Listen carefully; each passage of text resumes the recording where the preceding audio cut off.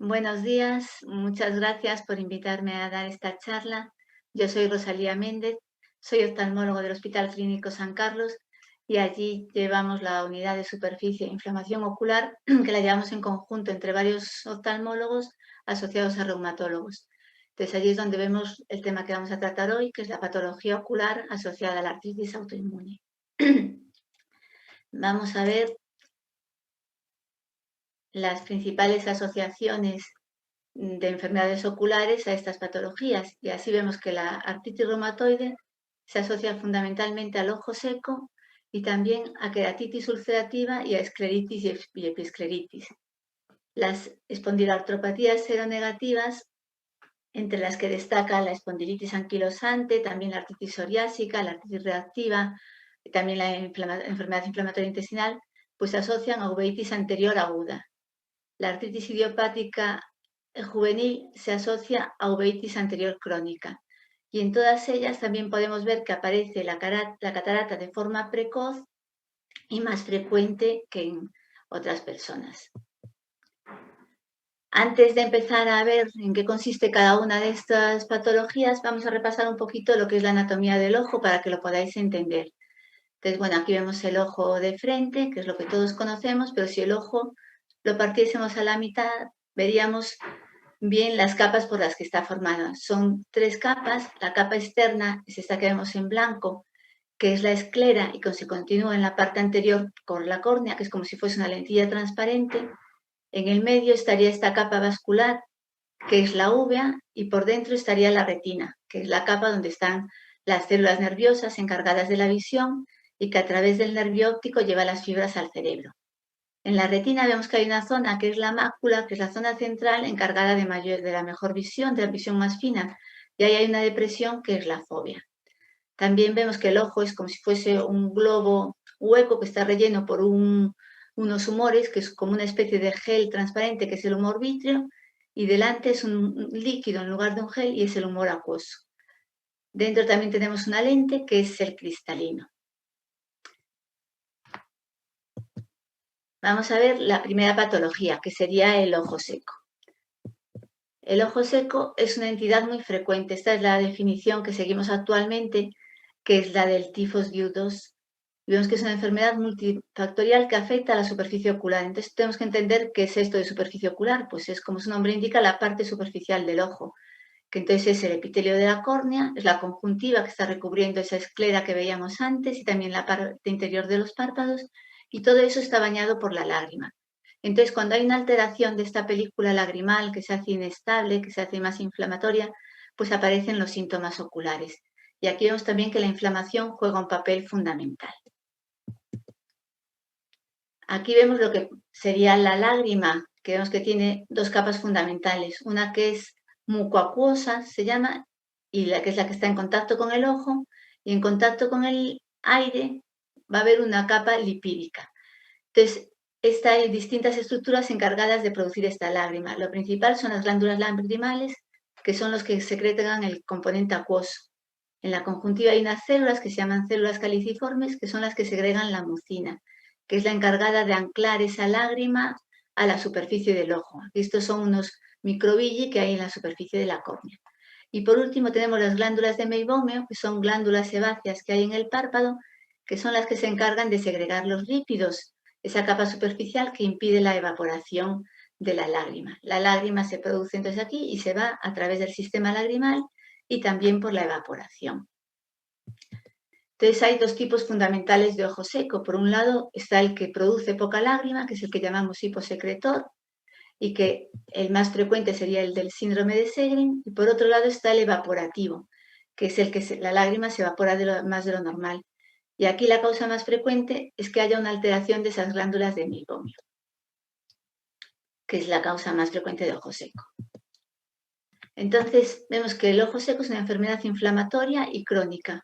Es una enfermedad que en principio no es grave, pero puede afectar mucho a la calidad de vida de ese paciente porque es muy incómodo y produce un alto grado de discapacidad. Y muchas veces son pacientes poco comprendidos tanto por su familia como en el trabajo, incluso por su propio oftalmólogo. Entonces, es importante también que tengan en cuenta que puede comprometer los resultados de cualquier cirugía de ojos. La cirugía refractiva, pues muchas veces va muy mal en estos pacientes, pero incluso una cirugía de catarata o cualquier cirugía corneal puede dar problemas. También es importante saber que ninguna prueba aislada es suficiente para su diagnóstico. Entonces, es muy frecuente, más frecuente en mujeres y más a medida que aumenta la edad. Entonces, los factores más importantes van a ser eso, la edad, los cambios hormonales, que aparecen sobre todo en mujeres posmenopáusicas, lo que veíamos antes, que no funcionen bien las glándulas de meibomio, y vemos que entre los factores también es muy importante la existencia de enfermedades sistémicas, entre las que destacan fundamentalmente la artritis reumatoide y el síndrome de Segre. ¿Qué es lo que va a notar el paciente? ¿Qué síntomas va a tener? Pues lo fundamental es una sensación de cuerpo extraño, que a veces se describe pues, como sensación de tener algo en el ojo, de roce, de arenilla. También puede notar directamente la sequedad, como que los párpados se les quedan pegados, que cuesta abrir los ojos. También es muy frecuente la fatiga ocular, la pesadez, que apetece dejar los ojos cerrados sin abrirlos. Molestias como el picor, el escozor, el ojo rojo es muy frecuente, que haya secreción, a veces incluso hay lagrimeo. El paciente nos dice, ¿cómo voy a tener el ojo seco si me llora mucho? Y es porque es un acto reflejo a esas molestias, pero realmente es un ojo seco. Otras veces la secreción es mucosa, es como si fuese muy filante y es porque falta ese componente acuoso. Entonces se crean como hilos de moco. También es frecuente eso que haya un aumento del parpadeo para intentar que esa poca lágrima se distribuya bien sobre la córnea. Si llevan lentes de contacto muchas veces se dejan de tolerar y también muchas veces se ve mal, en una sensación de visión borrosa, que es importante distinguirlo de una disminución de agudeza visual verdadera y esto se distingue porque al parpadear esa visión mejora y es una visión fluctuante. Hay momentos en que se ve bien y momentos en que se ve mal. Estos síntomas en general son más intensos por la tarde o a la noche y hay determinadas situaciones que los van a incrementar, como es cualquier trabajo visual, la lectura prolongada, el mirar cualquier tipo de pantalla y el estar en malas condiciones ambientales, como puede ser en corrientes, calefacciones, humos, todo eso va a acentuar los síntomas. Hay una serie de cuestionarios que se le pasan al paciente, de los que destaca el OSDI y el DQ5, para valorar todos estos síntomas.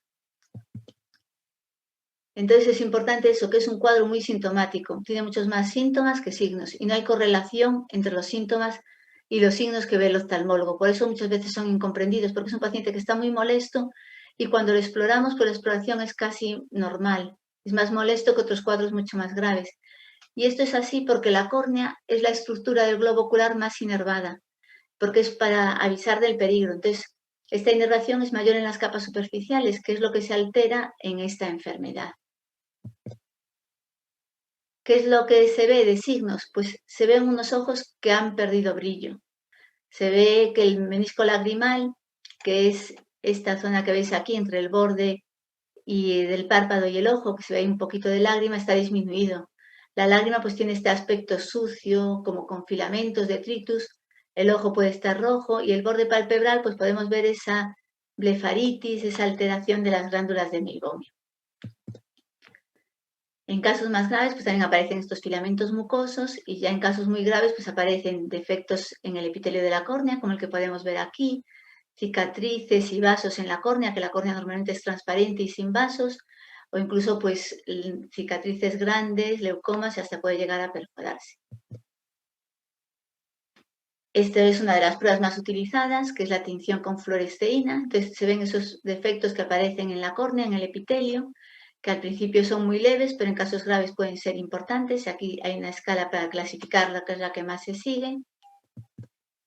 Otra cosa que medimos muchas veces es el tiempo de ruptura de la película lagrimal, que también se pone fluoresceína en el paciente, se le hace parpadear y se dice que mantenga los ojos abiertos. Entonces lo que vemos es el tiempo que se mantiene esa lágrima cubriendo la córnea, que se ve cuando empiezan a aparecer estas zonas negras donde no hay fluoresceína.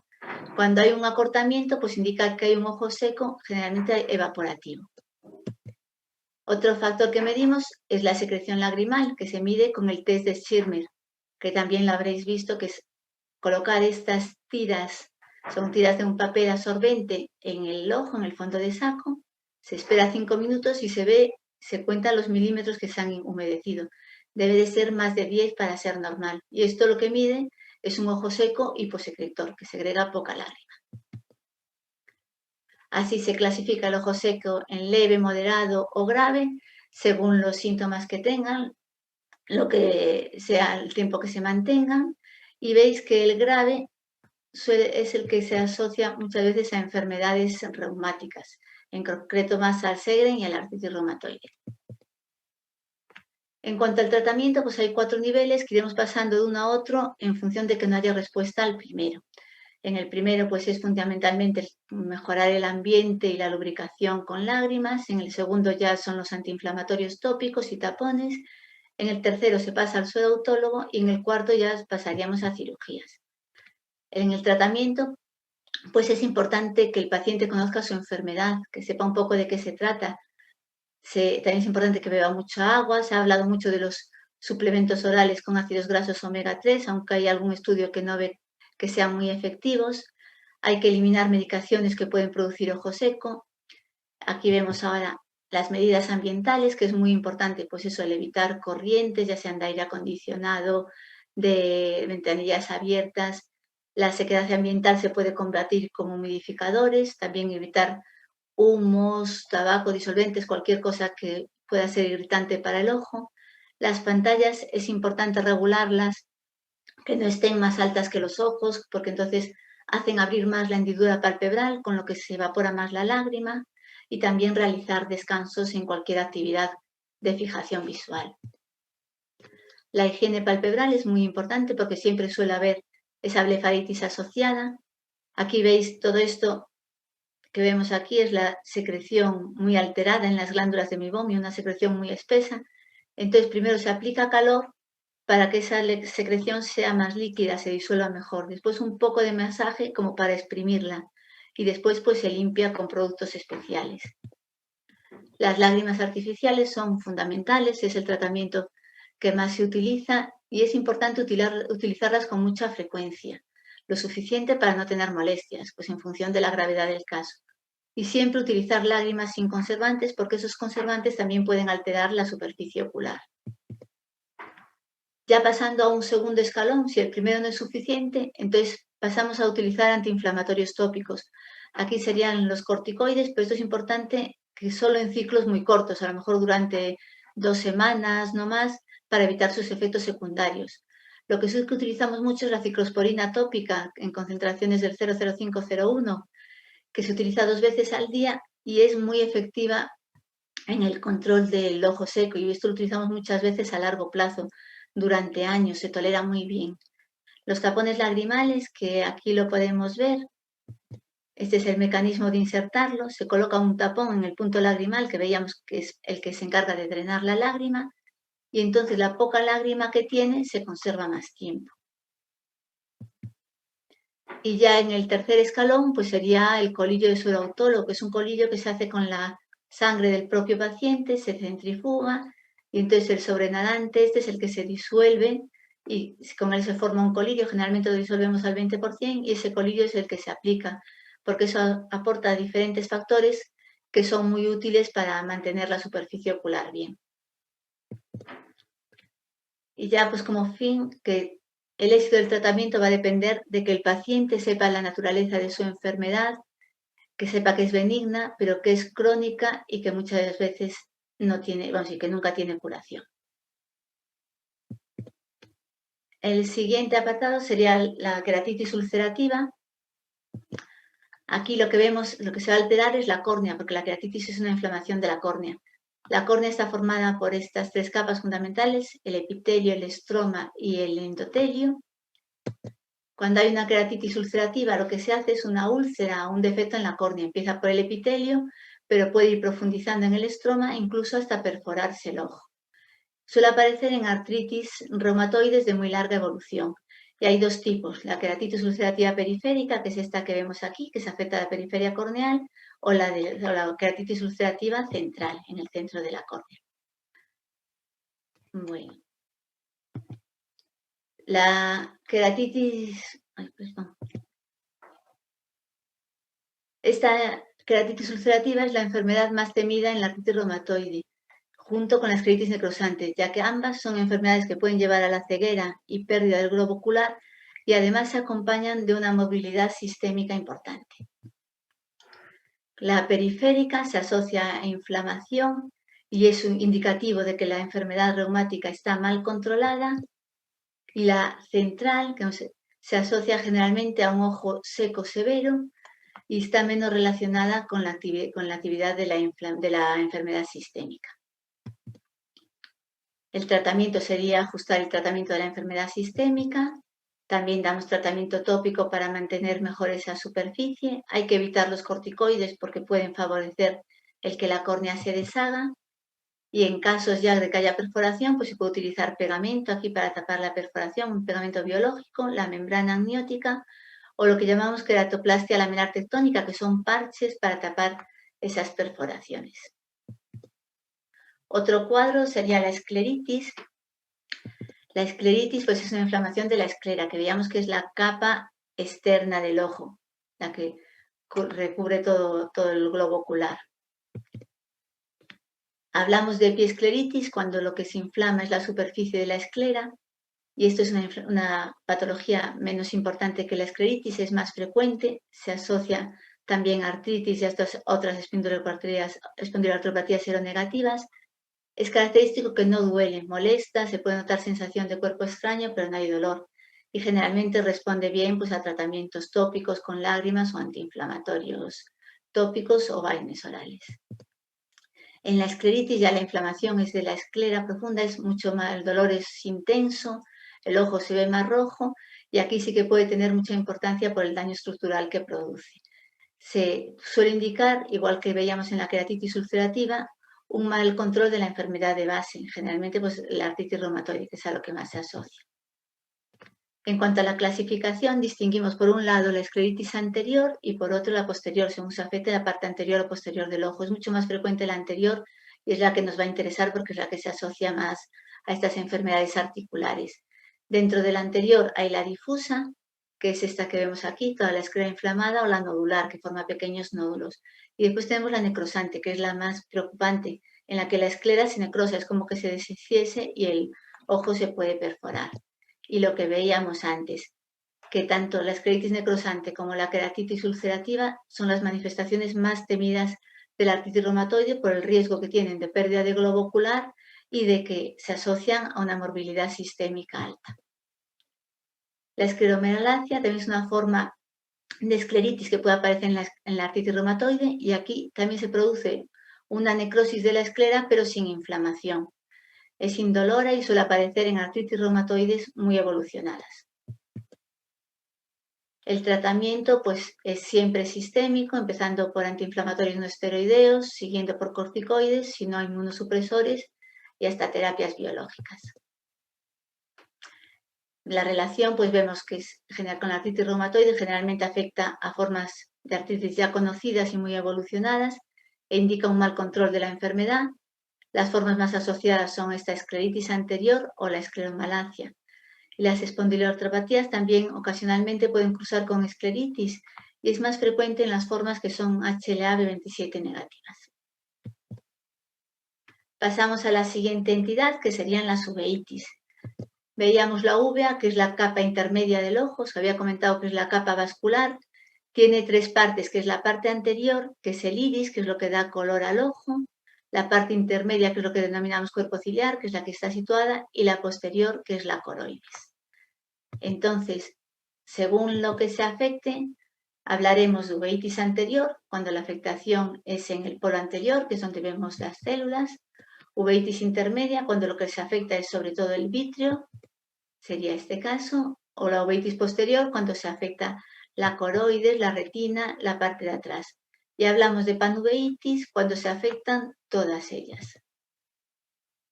Aquí vemos otra imagen de lo mismo. En la uveitis anterior, lo que veríamos sería una afectación del polo anterior, en la intermedia, pues sobre todo del vítreo, en la posterior se puede afectar la retina, la coroides o los vasos retinianos, y en la panuveitis todas ellas. Lo que nos van a interesar a nosotros es la uveitis anterior, que es lo que se suele afectar en estas enfermedades reumáticas. Y la uveitis anterior puede ser aguda o crónica en función de la forma de aparición, que en la aguda es un inicio súbito y en la crónica insidioso, y de la duración, según sea mayor o menor a 3 meses. ¿Por qué se caracteriza? Los síntomas aquí en la uveitis anterior aguda va a ser un dolor, generalmente es un dolor agudo, intenso, fotofobia, que es esa molestia a la luz solar, y el ojo rojo. Tenemos que distinguir la uveitis anterior crónica, que aquí ninguno de estos síntomas está presente. No hay ni dolor, no hay tampoco fotofobia, ni hay ojo rojo. Entonces es lo que denominamos una uveitis silente, que esta va a ser la uveitis que se asocia a la artritis idiopática juvenil. Hay que tener esto en cuenta. La disminución de agudeza visual en general no es muy importante en las uveitis anteriores, a no ser que exista edema macular asociado. El ojo rojo en las agudas es muy frecuente y es característico esto que sea fundamentalmente alrededor de la córnea, que es lo que denominamos perilímbico, que lo distinguimos de la inyección conjuntival, que es más en fondos de saco, que esa es menos importante, suele ser por conjuntivitis o ojo seco. Aquí veis distintas formas de inyección ciliar, veis que está más rojo alrededor de la córnea. El Tyndall es el signo fundamental de la uveitis anterior, que son esas células inflamatorias en la cámara anterior. Otros signos, bueno, los voy a pasar por alto, son las células en distintas zonas, el que la pupila se sinequie, entonces se puede deformar la pupila, veis ahí la pupila pegada, entonces cuando llega un paciente con la pupila sinequiada hay que dilatarlo para intentar romper esas sinequias. Se pueden formar membranas que ocluyan la pupila y esto es muy característico, esta opacidad en banda de la artritis idiopática juvenil. El edema macular es lo que os comentaba, a veces aunque sea uveitis anterior se puede inflamar la mácula, la zona que comentábamos de mejor visión. Aquí la veis con quistes inflamada y entonces es cuando hay una disminución de visión importante. Entonces en la uveitis vemos que es la asociación fundamental de las espondiloartropatías seronegativas, fundamentalmente de la espondilitis anquilopoyética. El tipo de uveitis que aparece en esta enfermedad es una uveitis anterior unilateral recidivante. Esto quiere decir que aparece a veces en un ojo, a veces en el otro y va alternando de uno a otro. Y es una uveitis muy sintomática y suele ser muy recurrente. El riesgo es mayor cuando son HLA-B27 positivo. En la artritis idiopática juvenil, la uveitis que solemos encontrar es una uveitis anterior crónica y bilateral. Los dos ojos están afectados a la vez. Y como veíamos, es una uveitis silente, no da ningún síntoma. Es más mayor el riesgo en las formas oligoarticulares, polarticulares con factor reumatoide negativo psoriásico, también cuando los ANA son positivos, la artritis ha empezado antes de los 6 años y el tiempo de la evolución es menor a 6 años. La artritis puede coincidir o no con la uveitis, por eso no van emparejadas. El tratamiento siempre debe ser precoz y agresivo para evitar secuelas y lo que utilizamos son colirios para dilatar la pupila, que eso hace que el ojo no duela y aparte rompe las sinequias y corticoides tópicos, que siempre hay que utilizarlos en una pauta intensa y después disminuir poco a poco. En las B27 positivas generalmente hay muchas recurrencias y todo esto puede limitar mucho la vida del paciente. Para evitarlo, pues a veces se dan tratamientos preventivos, del que uno de los más utilizados es la sulfasalacina. La uveitis anterior crónica, al contrario que veíamos en la aguda, que suele responder bien solo a las gotas, aquí generalmente las gotas no son suficientes. Entonces se puede recurrir a otros tratamientos como corticoides perioculares o sistémicos, pero en niños pues sabéis que tienen muchos efectos secundarios, entonces tratamos de evitarlos. Entonces generalmente siempre hay que recurrir a inmunosupresores, el más utilizado es el metotrexato, o a tratamientos biológicos, el que más utilizamos es el adalimumab. Y ya por último la catarata. La catarata es la opacidad del cristalino. Ahí veis un cristalino normal, transparente, y el cristalino opaco. En estas patologías pues aparece precozmente y la evolución es más rápida. Y esto es así porque tanto la inflamación ocular como los corticoides favorecen su aparición. El tratamiento es quirúrgico, pero hay que saber que hay un riesgo aumentado, pues tanto por el ojo seco como porque se puede desencadenar las alteraciones que veíamos antes, como una queratolisis o una escleritis necrotizante, y también si hay una uveitis, pues la reacción inflamatoria a la cirugía puede ser mucho mayor y también nos complica la cirugía pues por las sinequias que tiene. Y ya nada más, bueno, tenía aquí una serie de preguntas que me habíais planteado que iba a contestar por si no quedaron claras. ¿Qué patologías son las más comunes? Por las que hemos visto. Os he puesto ahí un poco por orden de frecuencia. Lo más frecuente, el ojo seco, después la uveitis anterior anterior aguda o anterior crónica. La episcleritis también es relativamente frecuente. Ya mucho menos frecuente es la escleritis y la queratitis ulcerativa y la catarata, que aparece de forma precoz y evolución más rápida. ¿Con qué frecuencia?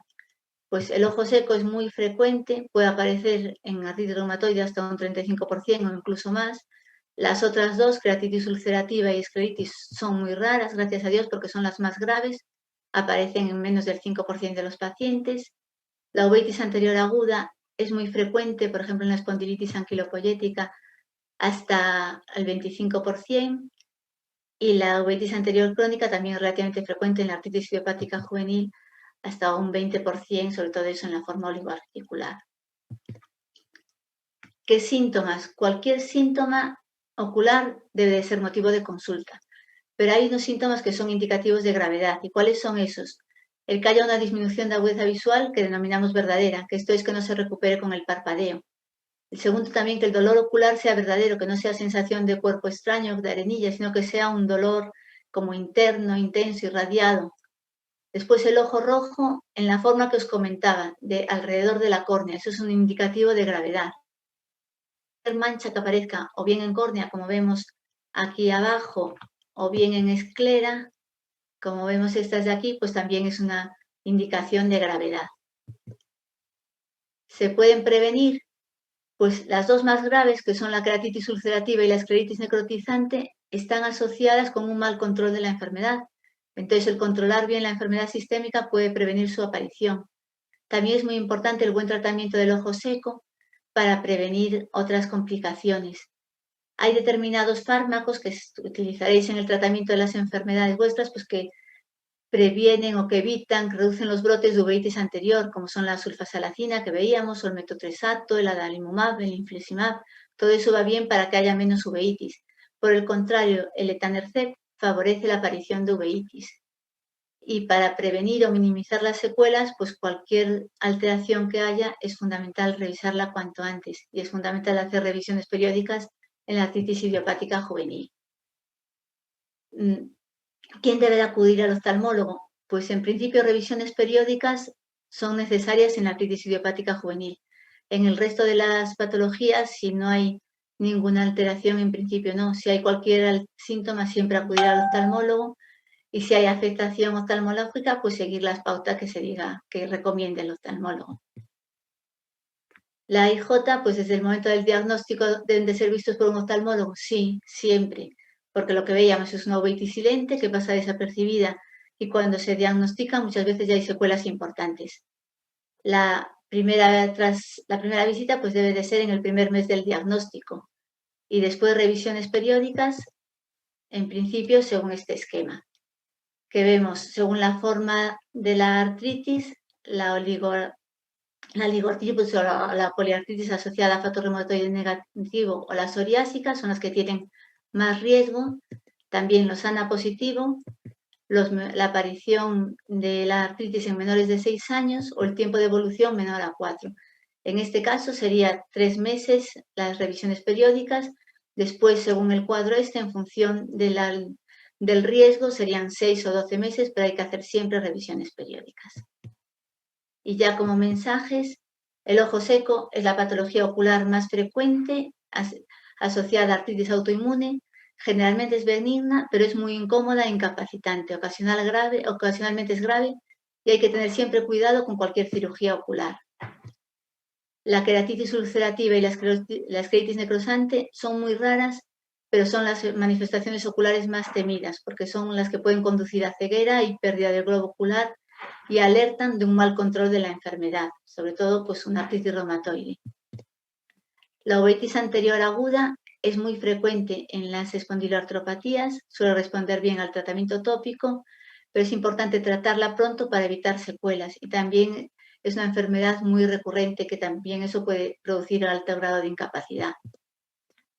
En la IJ son fundamentales las revisiones periódicas para descartar la uveitis anterior, porque es una uveitis silente y que puede dejar importantes secuelas. Y por último, la catarata aparece de forma precoz y evolución rápida, tanto por la inflamación como por el tratamiento corticoideo. Y es importante que esta catarata, la cirugía la realicen oftalmólogos especializados para controlar los riesgos que puede tener asociados. Y esto es todo. Muchas gracias por vuestra atención. Si queréis hacer alguna pregunta, pues decidme lo que queráis. Nada más.